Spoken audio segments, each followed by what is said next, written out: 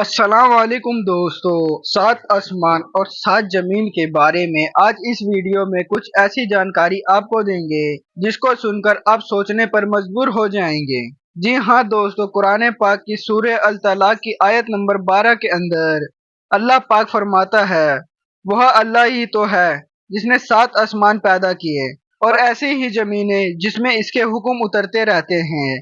ताकि तुम लोग जान लो कि अल्लाह ताला हर चीज पर कादिर है और ये कि वह अपने इल्म से हर चीज को घेरे हुए हैं। इसके बाद सूरह अल बकरा की आयत नंबर 29 के अंदर अल्लाह पाक इरशाद फरमाता है, वही तो है जिसने सब चीजें जो जमीन है तुम्हारे लिए पैदा की, आसमान की तरफ मुतवज्जह हुआ, इसके ठीक साथ आसमान बना दिया और वह हर चीज से खबरदार है। इन आयत मुबारक से ये साफ हो जाता है कि वह आसमान जिसे हम आंखों से आज देख रहे हैं, वह सिर्फ एक ही आसमान नहीं, इसी तरह के और इससे मिलते जुलते सात आसमान या सात कायनात मौजूद है जो हमारी नजरों और सोच से भी बहुत दूर है। बिल्कुल इसी तरह से सात जमीनों के बारे में भी बताया गया है, जो एक अक्लमंद इंसान के दिमाग में यह सवाल जरूर पैदा कर सकता है कि एक के ऊपर एक सात आसमान और सात जमीनों का मतलब क्या है। क्या वाकई हमारी इस दुनिया के जैसी और भी कई दुनिया आबाद हैं जहां पर इंसानों जैसी या कोई भी और मखलूक रहती है और यहाँ पर अल्लाह ताला के अहकामात भी नाजिल होते हैं जो कि हमारी इस दुनिया में बिल्कुल अलग है, या फिर इससे मुराद जमीन के चारों तरफ मौजूद कुदरती लेयर्स हैं, जैसे कि ट्रोपोस्फेयर, स्ट्रेटोस्फेयर, मनसोफेयर, या जमीन का कुदरती मैग्नेटिक फील्ड या ओजोन लेयर वगैरह है, जो कि हमारी जमीन को हर वक्त आसमान से आने वाली खतरों से बचाती है और जमीन पर इंसानों को जिंदा रखने के लिए बहुत ही जरूरी है। जहां तक आसमान की बात है तो इस बात में कोई शक नहीं कि सात आसमानों का मतलब हमारे आसमान जैसे छह और आसमान भी है, जिसके बारे में साफ तौर पर कुरान पाक में कई जगह बताया गया है। कुरान पाक में 250 से ज्यादा जगह पर आसमान के बारे में बताया गया है, जैसे कि सूरह अन-नबा की आयत 12 के अंदर अल्लाह पाक इरशाद फरमाता है, और हमने तुम्हारे ऊपर सात मजबूत आसमान बनाए। बिल्कुल इसी तरह से सूरह बनी इजराइल की आयत नंबर 44 में अल्लाह पाक ने फरमाया, सातों आसमान और जमीन और जो मखलूक उनमें है सब उसी की पाकी बयान करती है और कोई भी शय ऐसी नहीं है जो उसकी हमद बयान करने के साथ उसकी पाकी बयान ना करती हो, लेकिन तुम लोग उन चीजों की तस्बीह को समझते नहीं। बेशक वह हुक्म वाला है, बख्शने वाला है। यानी कि खाली के कायनात ने सिर्फ एक नहीं बल्कि सात कायनात बनाई और इन्हीं कायनातों के अंदर जमीन की तरह की ही कई जमीनें मौजूद हैं जहां पर कई नामालूम मखलूक आबाद हो सकती है, जैसे कि हजरत आदम अलैहिस्सलाम के जमीन पर आने से पहले जमीन पर जिन्नात आबाद थे। इसके अलावा नबी पाक सल्लल्लाहु अलैहि वसल्लम का सफरे मेराज इस बात का पक्का सबूत है कि जब अपनी जन्नती सवारी बोराक पर सफर करते हुए हजरत जिब्राइल अलैहिस्सलाम के साथ तमाम आसमानी रास्तों को आप सल्लल्लाहु अलैहि वसल्लम ने पार किया, जिसके अंदर सात आसमान भी शामिल हैं। आपने पहले आसमान पर, जिसका नाम रकैया है और यह दूध से भी ज्यादा सफेद है, यहाँ पर हजरत आदम अलैहिस्सलाम से मुलाकात की। फिर दूसरे आसमान पर, जिसका नाम फैदून या माउन है और यह ऐसे लोहे का बना है जिससे रोशनी की किरणें फूटती है, यहाँ पर हजरत ईसा अलैहिस्सलाम और यहिया अलैहिस्सलाम से। जबकि तीसरे आसमान पर, जिसका नाम मलकूत या हारियून है और यह तांबे का बना है, यहाँ पर हजरत यूसुफ अलैहिस्सलाम से। चौथे आसमान पर, जिसे जाहिरा कहते हैं और यह सफेद चांदी से बना है, यहाँ पर हजरत इदरीस अलैहिस्सलाम से। पांचवा आसमान पर, जिसे मजीना कहते हैं और यह सुर्ख सोने का बना है, हजरत हारून अलैहिस्सलाम से हुई। छठे आसमान पर, जिसका नाम खालिसा है और यह चमकदार मोतियों से बना है, यहाँ पर हजरत मूसा अलैहिस्सलाम से। और सातवें आसमान पर, जिसका नाम लाबिया या दामिया है और ये कीमती पत्थर यानी सुर्ख याकूत से बना है, यहाँ पर हजरत इब्राहिम अलैहिस्सलाम से मुलाकात की। और इसी जगह पर बैतुल मामूर भी मौजूद है, यानी कि जमीन पर मौजूद खाना काबा की ही तरह का एक और काबा, जिसका 70,000 फरिश्ते तवाफ करते हैं اور جو ایک بار اس کا طواف کر لے اس کی دوبارہ زندگی بھر باری نہیں آتی۔ انہی ساتوں آسمانوں کے اوپر جنت اور جہنم موجود ہے، اور جنت کا ہر درجہ ایک ستارے کی صورت میں موجود ہے۔ اسی طرح جہنم کے بھی 7 درجے ہیں، یعنی کہ 7 ستارے یا پلانٹ۔ اس کے اوپر سدرۃ المنتہا یعنی کہ بیری کی درخت بھی موجود ہے، جو کہ ہر مخلوق کی حد ہے، اور اس سے آگے کوئی بھی مخلوقات اگر بڑھنا بھی چاہے تو وہ جل کر خاک میں بدل جائے گی۔ لیکن اللہ کے رسول سفر معراج پر اس سے بھی آگے تشریف لے گئے، اور حضرت جبرائیل علیہ السلام اس درخت کے پاس یہ کہہ کر رک گئے کہ اے اللہ کے رسول، یہ میری حد ہے، اگر میں نے اس سے ایک قدم بھی آگے بڑھنے کی کوشش کی تو میرے پر جل جائے گی۔ سدرۃ المنتہا کے اوپر اللہ تعالیٰ کا عرش موجود ہے،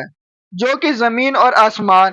یا اس کی پوری کائنات کو گھیرے ہوئے ہیں۔ کائنات کے روز ہر زندہ چیز کو فنا ہونا ہے،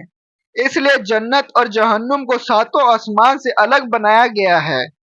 کیونکہ یہ کائنات کے بعد بھی وہ قائم رہے گی۔ دوستو، قرآن کریم آیات کے اندر آسمانوں کے بعد زمین جیسی 7 زمینیں کا ذکر موجود ہے۔ اس سے مراد زمین کی تہہ میں موجود کوئی لیئر نہیں ہے، مثلا کرسٹل، میٹل اور وغیرہ،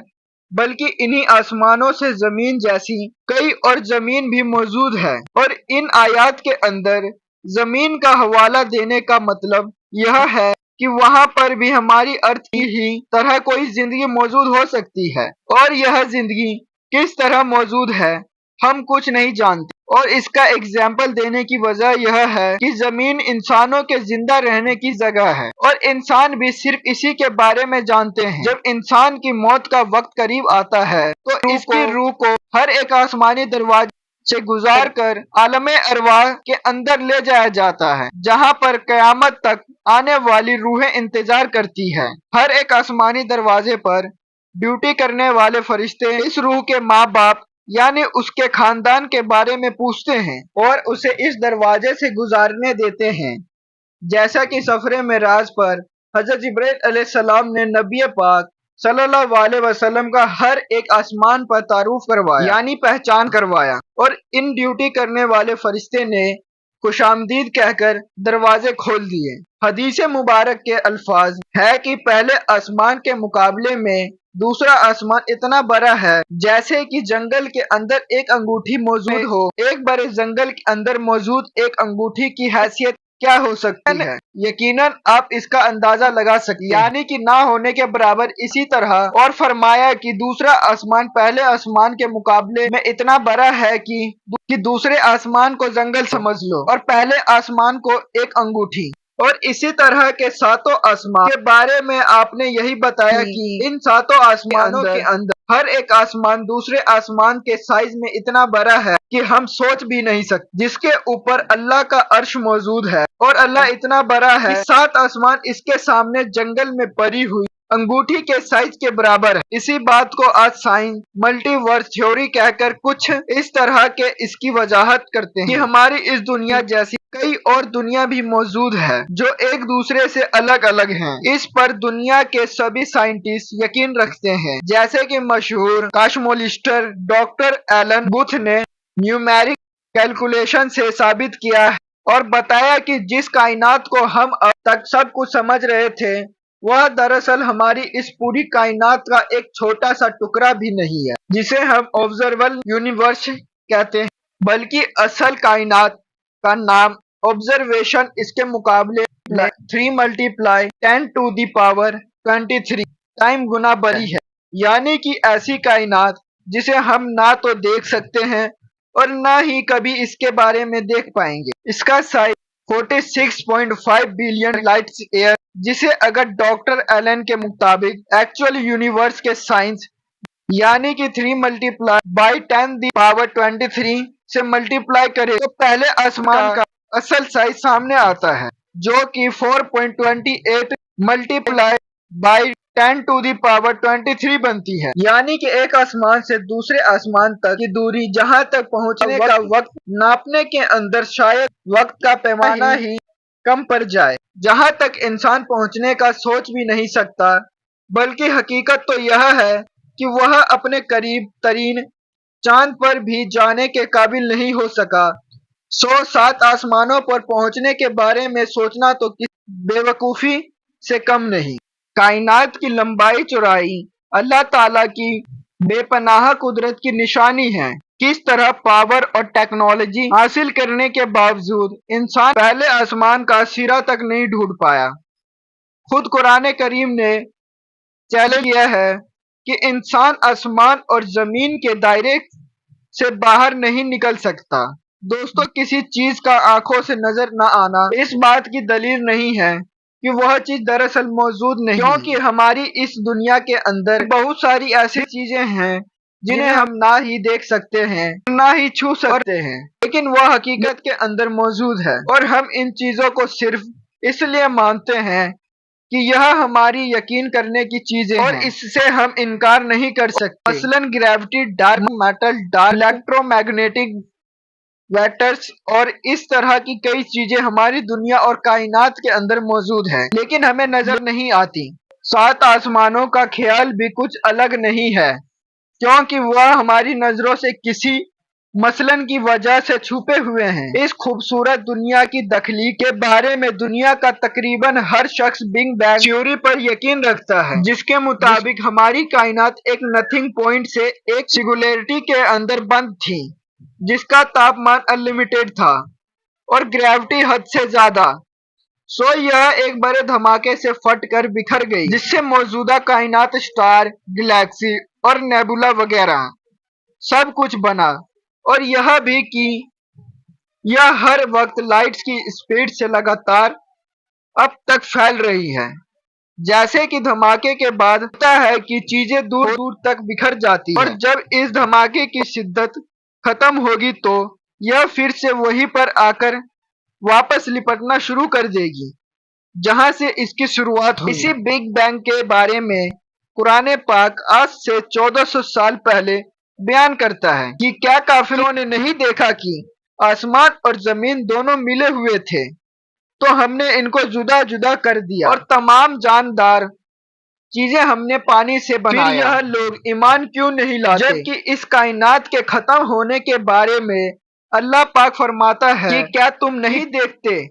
कि जितनी चीजें जमीने में है सब कुछ खुदा ने तुम्हारे इख्तियार में दे रखा है, और कश्तियां भी जो इसके हुक्म से दरिया के अंदर चलती है, वह आसमान को थामे रखता है कि जमीन पर वह गिर ना पड़े, मगर इसके हुक्म से बेशक खुदा लोगों पर निहायत मोहब्बत करने वाला और मेहरबान है। दोस्तों, यहाँ पर आसमान को थामने की बात करना कि वह गिर ना पड़े, इससे आज के जवान के अंदर साइंस के जवान में बिग क्रश थ्योरी है, जिसका मतलब यह है कि जिस स्पीड से हमारा यह यूनिवर्स फैल रहा है, इसी स्पीड से एक दिन सुकर कर फिर से एक सिंगुलैरिटी के अंदर बदल कर बिल्कुल खत्म हो जाएगी, यानी कि रिवर्स होकर बिल्कुल एक गुब्बारे की तरह जिसके अंदर हवा भर कर खोल दिया जाए और इसके बाद वह अपनी असली हालत के अंदर वापस आना शुरू कर दे। बिल्कुल यही हाल ग्रेविटी भी पूरे कायनात का करेगी। और जरा सोच कर देखें कि यह ग्रेविटी जैसी फोर्स दरअसल है क्या, जो हमने नहीं देखी, जो हमें नजर नहीं आती, लेकिन वजूद रखती है। एक ऐसी ताकत जो निजाम कायनात संभाले हुए हैं, लेकिन इंसानों के अंदर कंट्रोल में नहीं। यकीनन यह अल्लाह का हुक्म है, वरना पूरा आसमान और इसमें मौजूद हर एक चीज आज भी इंसान पर गिर पड़े। आज से 1400 साल पहले इस कायनात के बनने, इसके खत्म होने और इसकी लंबाई चौड़ाई के बारे में अरब की सरजमीन पर जब किसी भी किस्म का कोई आसमानी या साइंस का इल्म मौजूद नहीं था, तो फिर किसने अपने प्यारे पैगंबर को यह सब बातें बताई, इतनी डिटेल में बताई, जिसे आज 21वीं सदी की साइंस आज के जमाने की सबसे उपलब्धि के तौर पर पेश करके फक्र महसूस करती है। यकीनन उस खालिक ने जो इस पूरी कायनात को पैदा करने वाला है और इसके राजों को जानने वाला है, वह इस पूरी कायनात का अकेला बादशाह है, जिसके दस्ते कुदरत के अंदर इस पूरी कायनात का हर जर्रा है और वह इस जर्रे से भी बेखबर नहीं है। मुझे उम्मीद है कि आज इस वीडियो से आपको बहुत कुछ नया जानने को मिला होगा। अगर वीडियो अच्छी लगी होगी तो लाइक कर दीजिएगा और कुछ करीबी दोस्तों में जरूर शेयर कीजिएगा।